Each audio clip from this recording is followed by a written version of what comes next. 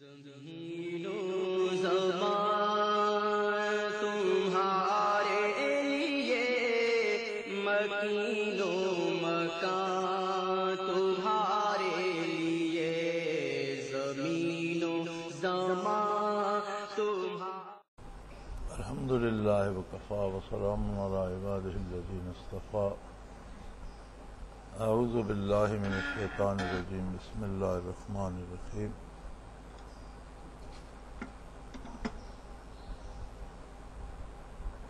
ایک بات میں تاکیداً عرض کر دوں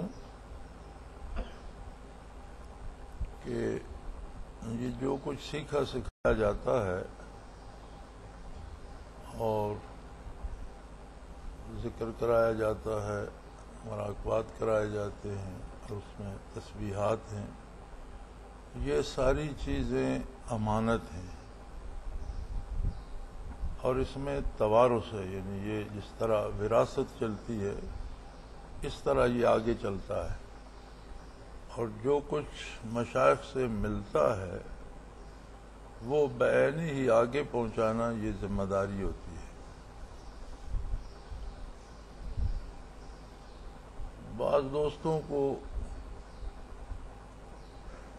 ان کو اچھا سمجھتے ہیں یا ان کا خیال ہوتا ہے تو مراقبات میں اپنی پسند سے آیات جڑ دیتے ہیں، بعض کو شعر پڑھنے کا شوق آ جاتا ہے،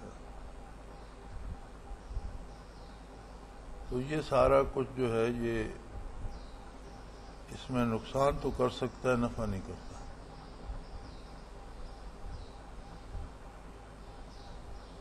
ابھی کل آپ ذکر کر رہے تھے، دوائر محبت کر رہے تھے، اور اس میں وہ پڑھ رہے تھے والذین آمنوا اشد حبا للہ۔ یہ میں نے پہلی دفعہ آپ لوگوں سے سنا، مشائخ سے نہیں سنا۔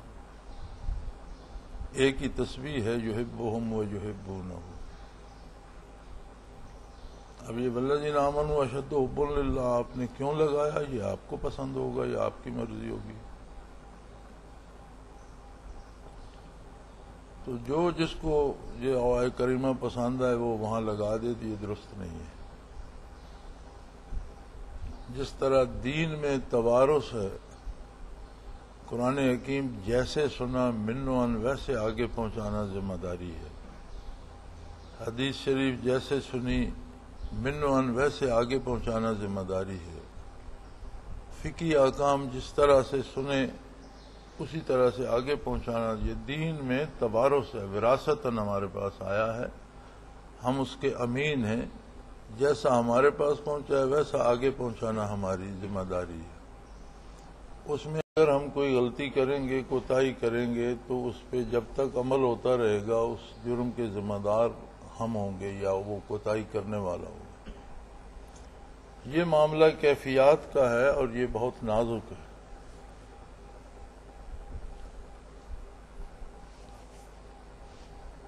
حضرت رحمۃ اللہ علیہ پر ایک دفعہ کسی نے یہ سوال کیا تھا، غالباً چکوال میں بھی موجود تھا، کہ مراقبہ احدیت میں آپ غائب سے صیغہ غائب سے شروع کرتے ہیں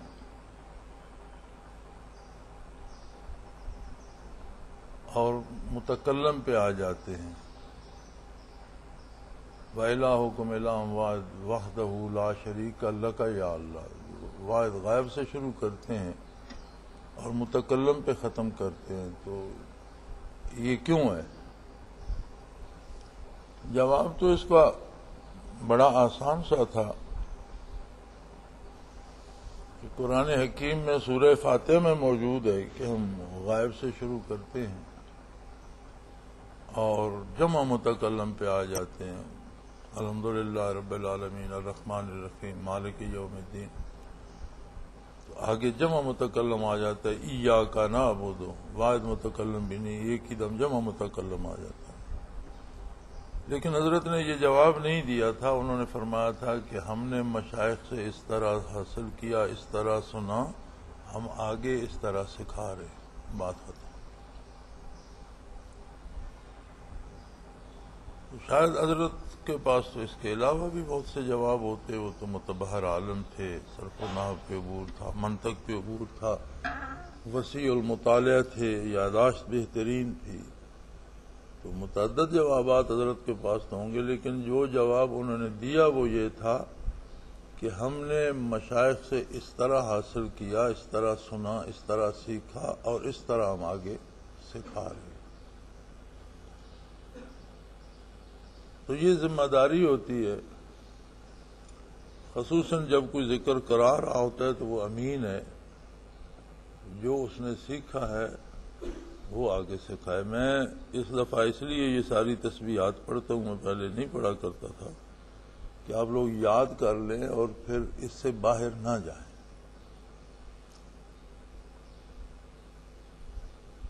تو اس معاملے میں احتیاط لازم ہے. پھر جسے ذکر کرانے کی ذمہ داری سونپی جاتی ہے اس کے لیے آزمائش بن جاتی ہے، وہ چودھری نہیں بن جاتا.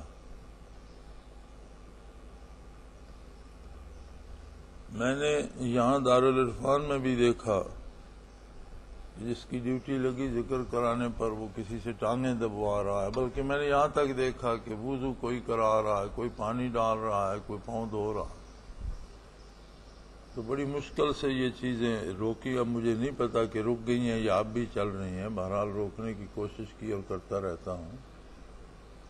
وہ کوئی مافوق الفطرت آدمی نہیں بن جاتا جسے کہا گیا کہ تم ذکر کرا دو تو وہ کوئی بہت بڑا فرشتہ بن گیا. ایسی بات نہیں ہے. ایک خدمت ہے، ایک ڈیوٹی ہے، اگر اللہ نے کسی کی لگا دی تو اس پہ بہت ساری ذمہ داری پڑ جاتی ہے. پھر آگے جتنے لوگوں سے واسطہ پڑتا ہے اس میں بڑی نزاکتیں ہوتی ہیں. بعض اوقات میری تلخی یا میری بدسلوکی سے کوئی بندہ ذکر ہی چھوڑ جائے گا تو جواب دہی تو میری ہوگی کہ تم کون ہوتے تھے، تم نے کیوں اس سے ایسا سلوک کیا کہ اس نے اللہ اللہ کرنا چھوڑ دیا. تو اس میں بڑائی نہیں، اس میں نزاکت آ جاتی ہے. اور بندے کو زیادہ ڈرنا چاہیے اور ذمہ داری کو محسوس کرنا چاہیے اور اپنی بہترین کوشش کرنی چاہیے. اور یہ سمجھنا چاہیے کہ یہ لوگ تو بری ذمہ ہو جائیں گے، یہ تو سیکھنے والے ہیں، مجھ پر ذمہ داری ہے.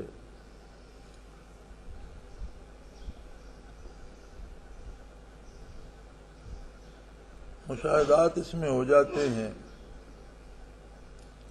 لوگ اللہ اللہ بھی کرتے ہیں، ذکر بھی کرتے ہیں، مراقبے بھی کرتے ہیں، لیکن اللہ پر اعتبار کرنے کو ان کا دل نہیں چاہتا.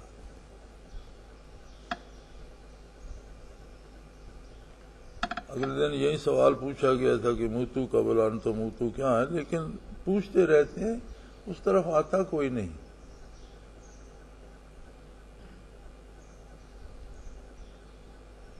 کسی کو مشاہدات ہوتے ہیں یا یہ بھی نہیں پتا ہوتے بھی ہیں، یا جو اس کے ذہن میں آتا ہے وہ اپنے خیالات بکتا رہتا ہے، لیکن سارے اس کے گرد ہوئے رہیں گے کہ جو میرا فلاں بچہ بیمار تھا اس کے بارے مراقبہ کرو، میری گائے نہیں دودھ دیتی اس کے بارے مراقبہ کرو. پتہ نہیں کیوں. تو اس سے تو اچھا ہے کہ آپ کسی نجومی کے پاس یا ان کے پاس جائیں اور وہاں سے حساب کتاب کریں. اگر تو معاملہ اللہ کے سپرد ہے پھر تو سیدھی بات ہے کہ بیمار کا علاج کریں، اس کے لیے دعا کرائیں، اجتماعی دعا کرائیں، خود کریں، یہ بھی شرعی طریقہ ہے. لیکن یہ تو نہیں کہ ایک بندے کو پکڑ کر بیٹھ جائیں، تمہیں کشف ہوتے پتنیوں سے ہوتا بھی ہے کہ نہیں. اور یہ کون سا کشف ہے کہ جو لوگوں کے معاملات میں دخل اندازی کر رہا ہے. کشف مشاہدہ ہوتا ہے تو اسے اپنے مراقبات کا ہونا چاہیے، اپنے معاملات کا ہونا چاہیے، اپنے حالات کا ہونا چاہیے. اور صاحب کشف کو تو اور زیادہ اصلاح احوال کا حامل ہونا چاہیے کہ اسے تو کشف بھی ہے، اس کے تو سارے کام اچھے ہوں. اور عجیب بات ہے، جن کے گرد لوگ جمع رہتے ہیں ان کے اپنے کام سیدھے نہیں ہوتے، انہیں اپنے کاموں کا کشف نہیں ہوتا، لوگوں کا کشف ہوتا ہے. اپنا کاروبار کرتے ہیں تو اس میں خسارہ ہوتا ہے، اپنا کوئی اور دنیاوی کام کرتے ہیں تو اس میں نقصان ہوتا ہے، ادھر کشف نہیں ہوتا. لوگوں کے معاملات میں کشف ہوتا ہے. اور لوگ بھی ایسے ہیں کہ رات دن اللہ اللہ کرتے رہتے ہیں، اللہ پر اعتبار کرنے کو یہ نہیں مانتے کہ اللہ بہتر کرے گا، یا ہم دعا کریں گے یا اللہ اس معاملے میں میری مدد فرما، یا مشکل ہے اور میں کمزور ہوں مجھ پر آسانی فرما، اس طرف نہیں آتے۔ تم کشف کر کے یہ کہو، کشف والا تمہارا کیا ٹھیک کر دے گا؟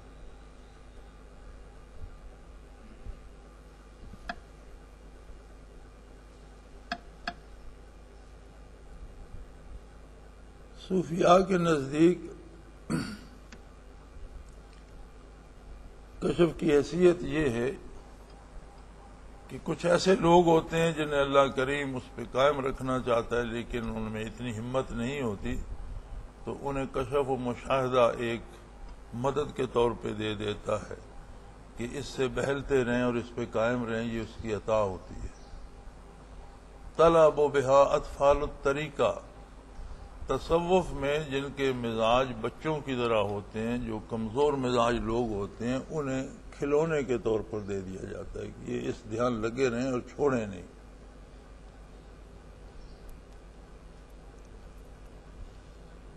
پھر کشف کا عالم یہ ہوتا ہے کہ وہ جو چاہے کسی کو بتا دے، نہ چاہے تو کچھ بھی نہیں بتاتا۔ ابراہیم علیہ السلام نے دعا کی کہ مجھے اللہ پاک دکھاؤ مردے کیسا زندہ ہوں گے، تو فرمایا 4 پرندے پال لو، ہلا لو، پہچان لو، پھر ان کا گوشت مکس کر کے دور دور پھینکو، پھر انہیں پکارو، دیکھو وہ زندہ ہو کر کیسے آتے ہیں۔ دوسری جگہ ارشاد ہوتا ہے وَكَذَلِكَ نُرِي إِبْرَاهِيمَ مَلَكُوتَ السَّمَاوَاتِ وَالْأَرْضِ، ہم نے ابراہیم کے سامنے زمین و آسمان کی سلطنتیں کھول کر رکھ دی، دکھا دیا سب کچھ، لیکن جب ذبح اسماعیل کی باری آئی تو کچھ نہیں بتایا کہ اسماعیل ذبح نہیں ہوں گے۔ یہاں کشف کیوں نہیں ہوا؟ ارض و سما کی سلطنتیں دکھا دی، مردے کیسا زندہ ہوں گے دکھا دیا، لیکن جب اسماعیل علیہ السلام کی ذبح کی بات اور ذبح ہو گئے، انہوں نے اپنی طرف سے اسماعیل علیہ السلام کو ذبح کر دیا، اللہ کریم نے ان کی جگہ دمبا رکھ دیا۔ جب آنکھ کھولی تو دیکھا اسماعیل علیہ السلام کھڑے مسکرائے، تو گھبرا گئے کہ یہ تو میرا خیال ہے جو میں نے کیا تھا وہ نہیں ہوا، میری قربانی تو نہیں ہوئی۔ فوراً وہی الہی آئی کہ قد صدقت الرؤیا، تم نے اپنا خواب سچ کر دکھا، یہ تو میرا کام تھا، میں نے اسماعیل کو بچا دیا تو بس۔ لیکن آپ نہ گھبرائیں، آپ کو جو حکم ملا تھا آپ نے اس پر عمل کر دیا، آپ کی طرف سے۔ تو یہاں تو انہیں سمجھ نہیں آئی کہ اسماعیل بچ جائیں گے اور دمبا ذبح ہو جائے۔ تو یہ معاملہ بڑا نازک ہوتا ہے، جو چاہے کسی کو، تو اب دوسرے کا معاملہ دوسرے کو بتائے گا کیوں؟ اور اگر اللہ اس طرح بتانے لگتا تو شاید بندے ایک دوسرے کو ملنے کے قابل نہ رہتے۔ یہ اللہ کریم کے حوصلے ہیں کہ جو خطائیں، جو گناہ، جو برائیاں ہم سے ہوتی ہیں وہ ان پر پردہ ڈالے رہتا ہے۔ بندہ بندے کے سامنے ننگا ہو جائے تو پھر وہ اس قابل نہیں رہتا کہ اس سے بات بھی کرے۔ ہم سب پر ایک دوسرے کا کردار واضح ہو جائے تو یہاں کوئی بھی مل کر نہ بیٹھے۔ یہ اس کا کام ہے، وہ ستار العیوب ہے۔ غلطیاں ہوتی ہیں، کوتاہیاں ہوتی ہیں، پتہ نہیں ہم سوچتے کیا ہیں، پتہ نہیں ہمارا کردار کیا ہے، وہ ہر ایک کو ڈھانپ کر رکھتا ہے، ہر ایک کا معاملہ اپنے ساتھ رکھتا ہے، دوسرے کو نہیں بتاتا۔ تو پھر کسی کو کشف ہوتا ہے تو اس کو دوسرے کے معاملے اللہ کیوں بتائے گا؟ یہ میری سمجھ میں نہیں آتی۔ کیا ضرورت ہے اسے کہ وہ دوسرے کے معاملات اس کو بتائے؟ وہ تو ستار العیوب ہے، ہر ایک کا معاملہ اس کے اپنے ساتھ۔ اور پھر اس ساری محنت کا حاصل یہ ہے کہ اللہ پہ اعتبار آ جائے۔ اگر وہی نہیں آیا تو کیا خاک مراق میں اور خاک ذکر ہے؟ جائز وسائل اختیار کرنا ضروری ہے۔ بیمار ہے اس کے لیے دوا کرو، اس کا علاج کرو، اس کو ڈاکٹر کے پاس لے کر جاؤ، ٹھیک ہے، شرعاً ثابت ہے، اس کے لیے جائز۔ اگر کوئی کسی کو توفیق ہے تو کوئی قرآن کریم سے پڑھ کر دم کرتا ہے، جائز، شرعی حدود کے اندر یہ کوئی نقش دیتا ہے تو وہ جائز ہے۔ یہ نہیں کہ وہ عاملوں کے پاس چلے جاؤ جو غلط ملط کفریات پڑھتے بکتے ہیں۔ اور بڑے مزے کی بات ہے کہ بہت سے لوگ ان کے پاس جاتے بھی ہیں، پھر آتے ہیں وہ جی وہاں بھی گئے، وہاں بھی گئے، وہاں بھی گئے تو کچھ نہیں ہوا۔ وہاں بھی کیا لینے گئے تھے؟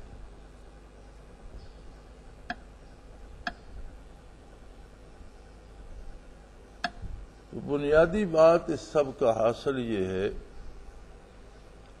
کہ سارے کا سارا تصوف یہ ہے کہ اللہ پر اعتماد بحال ہو جائے، بندہ اپنے معاملات اپنے رب سے ڈسکس کرے، اپنے رب سے لڑے بڑے، دعا مانگے، چیخ کر مانگے، رو کر مانگے، گڑ گڑا کر مانگے یا لڑ کر مانگے، وہ جانے، اس کا رب جانے۔ لیکن الف بے جیم کو درمیان میں لانا یہ کوئی بات نہیں ہے۔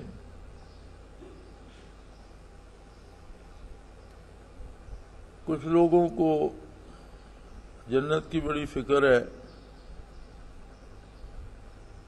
چونکہ لوگوں نے دنیا ہی دیکھی ہے، اسے دنیا پر ہی قیاس کرتے ہیں۔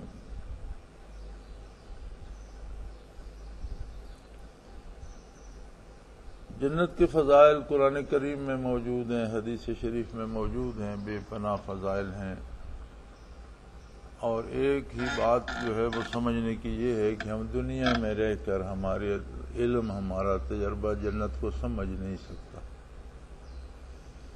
ہمارا سارا نالج دنیا ہی کی حد تک محدود ہے، جنت کی نعمتیں ہماری سمجھ سے بالا تر ہیں، جب ہم دیکھیں گے تو سمجھ آئے گی۔ لیکن یہ یاد رکھیں کہ جنت کی حیثیت یہ ہے کہ وہ ایک خاص سٹیٹس کے لوگوں کی رہائش گاہ ہے، جسے وہ سٹیٹس اللہ دے گا اسے وہاں کی رہائش بھی مل جائے گی۔ کچھ لوگوں کا یہ سوال ہے کہ جنت میں بھی یہی بیویاں ہوں گی، شاید یہاں بیچارے تھک چکے ہیں لڑ بڑ کر۔ تو بظاہر تو عورت ہمارے معاشرے میں مغلوب ہے، لیکن جب بیوی بن جاتی ہے تو کم از کم شوہر پر تو حاکم ہوتی ہے، یعنی 99% تو 99% تو یہ تجربہ ہے کہ مظلوم بھی عورت ہوتی ہے اور حکومت بھی عورت ہی کرتی ہے، اور جتنے مظالم عورتوں پر معاشرے میں ہوتے ہیں ان کا بھی 99% عورتوں کی طرف سے ہوتا ہے، یا ساس کی طرف سے بہو پر ہوں گے، یا بہو کی طرف سے ساس پر ہوں گے، یا نند کی طرف سے بھابھی پر ہوں گے، یا بھابھی کی طرف سے نند پر ہوں گے۔ اس کے پیچھے بھی عورت ہوتی ہے، مرد کو بطور ہتھیار استعمال کرتی ہے۔ تو کچھ ساتھی تھکے ہوئے ہیں شاید معاملات دنیا کے، تو ایک سوال یہ بھی ہے کہ وہاں بھی یہی بیویاں ملیں گی، یہی اشر ہوگا، پھر وہاں پھر مار پڑے گی۔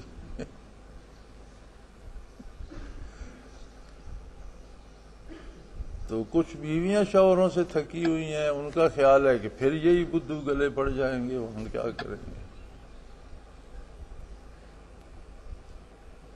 تو دونوں طرف ایک ہے وہ، لیکن جنت جو ہے وہ اچھے لوگوں کی رہائش گاہ ہے، اور جنت میں داخلے کے وقت دنیاوی مزاج بدل جائیں گے، دنیاوی عمریں بدل جائیں گی، دنیاوی صورتیں بدل جائیں گی۔ ہر جنتی جوان ہوگا، مرد ہو یا عورت، ہر جنتی انتہائی خوبصورت ہوگا، وہ مرد ہو یا عورت، ہر جنتی کا دل صاف ہو جائے گا ہر طرح کے عیوب سے، اور ہر جنتی نہایت محبت کرنے والا، نہایت پاک طینت، نہایت پاک خو ہوگا۔ تو جنت میں جن کو بھی جوڑا بننا پڑے گا، یا جو بھی اکٹھے ہوں گے، وہ دنیا میں اکٹھے تھے، یا بعض یہ ہوگا کہ خاوند کفر کی موت مرا اور بیوی ایمان پر مری، بعض دفعہ بیوی کفر کی موت مری، خاوند ایمان پر مرا، تو الگ ہو گئے۔ تو سب کو اللہ کریم بنا دے گا جوڑا جوڑا، لیکن وہ کسی کو وہاں پہ کوئی اعتراض نہیں ہوگا۔ وہاں مزاج بدل جائیں گے، صورتیں خوبصورت ہو جائیں گی، عمر ہمیشہ جوان رہے گی، ساری نعمتیں میسر ہوں گی۔ بعض کو یہ فکر ہے کہ جی ایک کے مراقبات زیادہ ہیں، دوسرے کے کم ہیں، تو اللہ بڑا کریم ہے، میاں کے زیادہ ہوئے تو بیوی کو اس کے ساتھ پہنچا دے گا، بیوی کے زیادہ ہوئے تو میاں کو اس کے ساتھ پہنچا دے گا، ایسی کیا بات ہے، اس پر کیا کمی ہے۔ بعض بیویاں محنت کرتی ہیں اور میاں بدھو ہیں، وہ اپنا اللہ اللہ نہیں کرتے۔ بعض میاں بڑی محنت کرتے ہیں اور بیویاں روکنے میں لگی رہتی ہیں کہ یہ کیا نیا تماشا لگا رکھا ہے۔ لیکن نجات کے بعد معاملہ مختلف ہوگا، وہ عالم الگ ہے، وہاں کی باتیں الگ ہیں۔ یہاں بیٹھ کر وہاں پہنچنے کی فکر کریں، وہاں پہنچ کر کیا ہوگا، جو ہوگا سب اچھا ہوگا۔ جنت کی زندگی میں کسی کو، مرد ہو یا عورت، کوئی دکھ نہیں ہوگا، کوئی افسوس نہیں ہوگا، کوئی پریشانی نہیں ہوگی۔ ہر ایک اسی بات پہ راضی ہوگا کہ مجھے جو کچھ ملا ہے میری منشا سے زیادہ ملا۔ تو رہا دنیا کے معاشرے کا،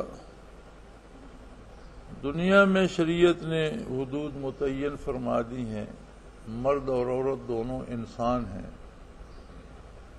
دونوں کی وراثت کی حدود متعین کر دی، دونوں کا دائرہ کار متعین کر دیا۔ تو بظاہر ہمارے معاشرے میں عورت مظلوم ہے، اور زیادہ مظلوم وہ ہیں جو بہت ہائی سوسائٹی میں رہتی ہیں اور جو لباس بھی آدھا پہنتی ہیں اور جن کا سینکڑوں روپے روزانہ میک اپ پہ خرچ ہوتا ہے اور جن کے کھانے مرد پکاتے ہیں، ہانڈیاں مرد بناتے ہیں، باورچی سارے مرد ہیں، اور مظلوم عورتیں ہیں پکا پکایا کھا کر وہ اپنے مظلوم ہونے کی دعائی دینے میدان میں نکل جاتی ہیں۔ یہاں ہمارے گھروں میں جو ہیں یہ تو ہمارے ساتھ مل کر مزدوری کرتی ہیں، کھیتوں پہ چارہ کاٹتی ہیں، جانوروں کا چوکر وغیرہ ڈالتی ہیں، گائے بھینسوں کا دودھ نکالتی ہیں، ہمارے لیے کھانا بناتی ہیں، بچوں کی خدمت کرتی ہیں اور خوش ہیں، خوش بھی رہتی ہیں اور اس پہ اللہ کا شکر بھی ادا کرتی ہیں۔ یہ تو مظلوم نہیں ہے۔ وہ جو نکمی ہٹی کٹیاں پھرتی ہیں، کچھے پہن کر بھاگتی پھرتی ہیں، گاڑیاں بھگائے پھرتی ہیں، وہ مظلوم ہے ہمارے معاشرے میں۔ تو وہ دعائی دیتی رہتی ہیں، روز کھپ مچی ہوئی ہوتی ہے کہ عورتوں پر بڑا ظلم ہو گیا۔ ایک بات یہ بھی ہے کہ ہمارے معاشرے میں قربانی کے لیے ہمیشہ ہم خواتین سے ہی توقع رکھتے ہیں، بچیوں سے توقع رکھتے ہیں، بیٹی قربانی دے گی، جی جو ہم نے کہہ دیا وہ کرے گی۔ نہیں، ہر ایک کے حق کا لحاظ رکھا جانا چاہیے، ہر ایک کی حدود و قیود مقرر ہیں۔ حضور صلی اللہ علیہ وسلم کے زمانے میں بھی خواتین نے تجارت بھی کی، خواتین نے فن حرب و ضرب بھی سیکھا، لڑائی میں حصہ بھی لیا۔ حضور علیہ السلام کے 7 غزوات میں خواتین نے مرم پٹی کی، پانی پلایا مجاہدوں کو جنہوں نے فن حرب و ضرب سیکھا تھا، انہوں نے تلواروں سے بھی داد شجاعت دی۔ تو اپنی حد میں رہتے ہوئے عورت ملازمت بھی کر سکتی ہے، عورت کاروبار بھی کر سکتی ہے، اس کے اپنے حقوق ہیں، زمین میں بھی اس کا باپ کی وراثت میں حق ہے، مال میں بھی اس کا حق ہے، جو حق اللہ نے متعین کیا ہے وہ اسے دیے جانے چاہیے۔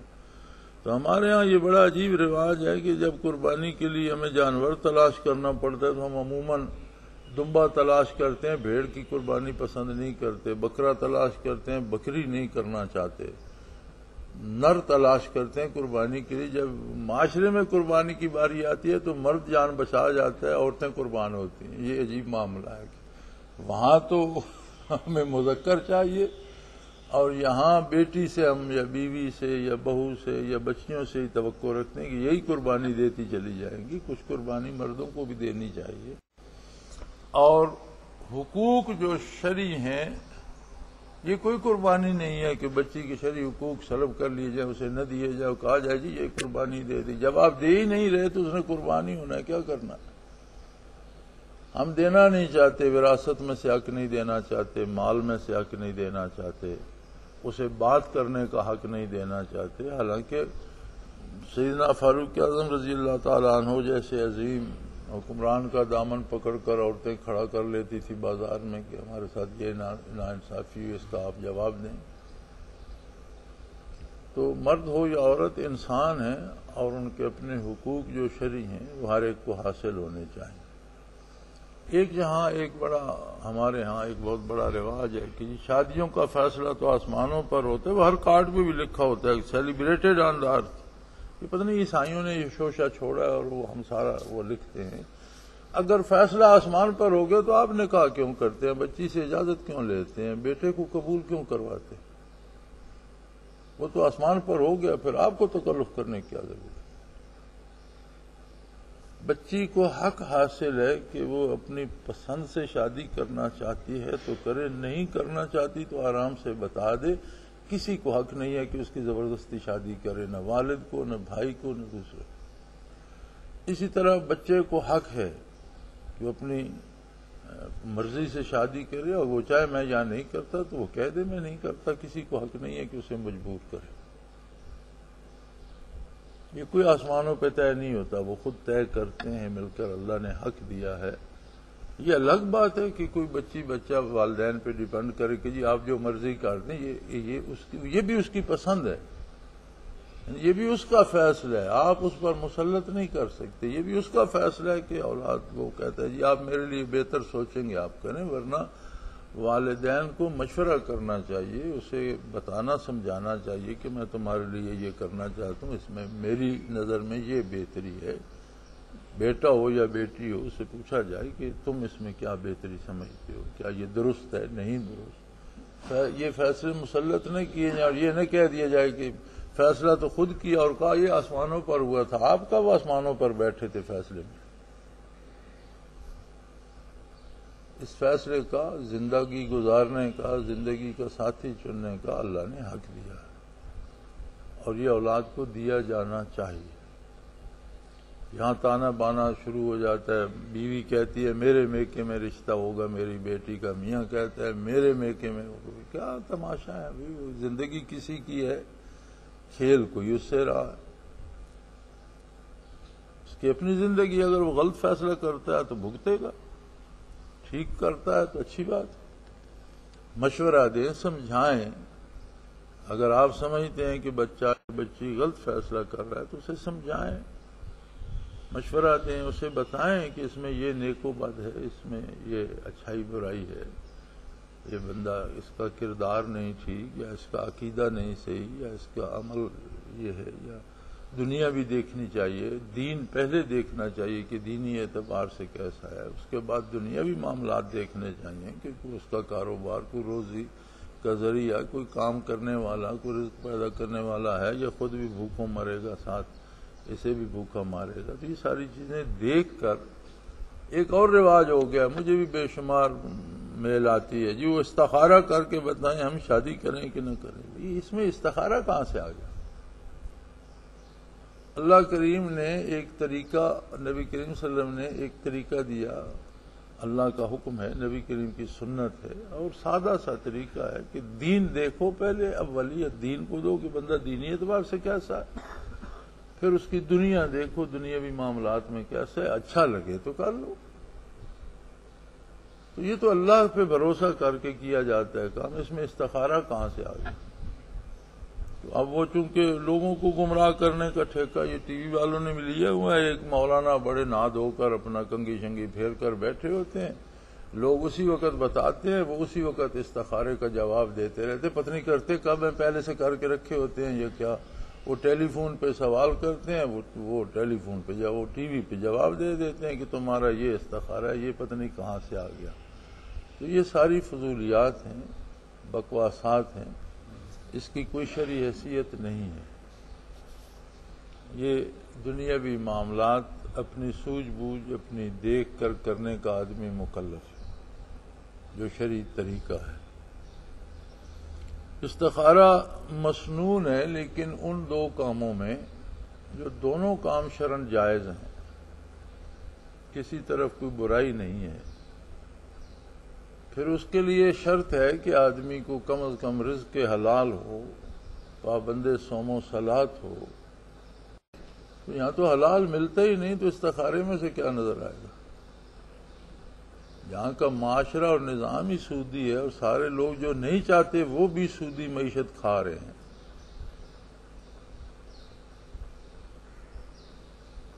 تو اس میں وہ کیا ہوگا اس کا استخارہ؟ ظاہری سیدھا سیدھا تھا. استخارہ شادی کرنے کے لیے تو نہیں ہے.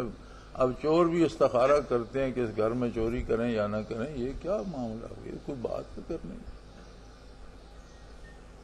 تو یہ چھوٹی چھوٹی باتیں جو ہیں جو دین میں ایک نقب زنی سی ہو رہی ہے، اور یہ ہر بات اللہ کریم کی ذات پر سے اعتماد کو کم کرتی ہے.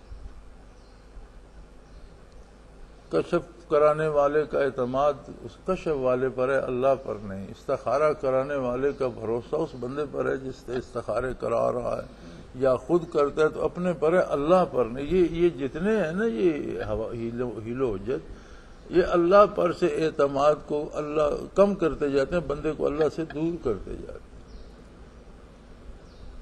ایمان تو یہ ہے کہ بندے کا معاملہ رب کے ساتھ سیدھا سیدھا ہو. کیوں نہ رب پر اعتبار کرے، کیوں نہ رب کے ساتھ سیدھا معاملہ ہو. کیا ہمارا اللہ ہمارے ساتھ نہیں ہے؟ کیا ہمارا اللہ ہمارے حال سے واقف نہیں ہے؟ کیا وہ جو چاہتا ہے کر نہیں سکتا؟ یا جس حال میں وہ رکھنا چاہتا ہے کوئی دوسرا ہے جو اس حال کو بدل دے گا، تو پھر کیا فائدہ ان چیزوں؟ تو یہ چیزیں سمجھنے کی کوشش کیجیے، احتیاط کیجیے، اور اپنا معاملہ اللہ کے ساتھ رکھیں. سب سے بہتر ہے، سب سے کریم ہے، سب سے طاقت والا ہے. اور یہ بات یقین کے ساتھ یاد رکھ لیں کہ انسان کے ساتھ سب سے زیادہ کرم کرنے والا اللہ ہے. اللہ جیسا دوسرا کوئی کریم نہیں ہے کہ اس کے پاس ہم جائیں اور اس سے جا کر مدد کی درخواست کریں. وآخر دعوانا ان الحمدللہ رب العالمین. الحمدللہ رب العالمین والصلاة والسلام علی حبیبہ محمد. اللہم ربنا لا تقتلنا بغضبک ولا تهلكنا بعذابک واعف عنا قبل ذلك. اللہم ربنا لا تسلط علینا من لا یرحمنا انت ولینا فی سفرنا. اللہم انصر الاسلام والمسلمین. اللہم صلی علی محمد النبی برحمتک.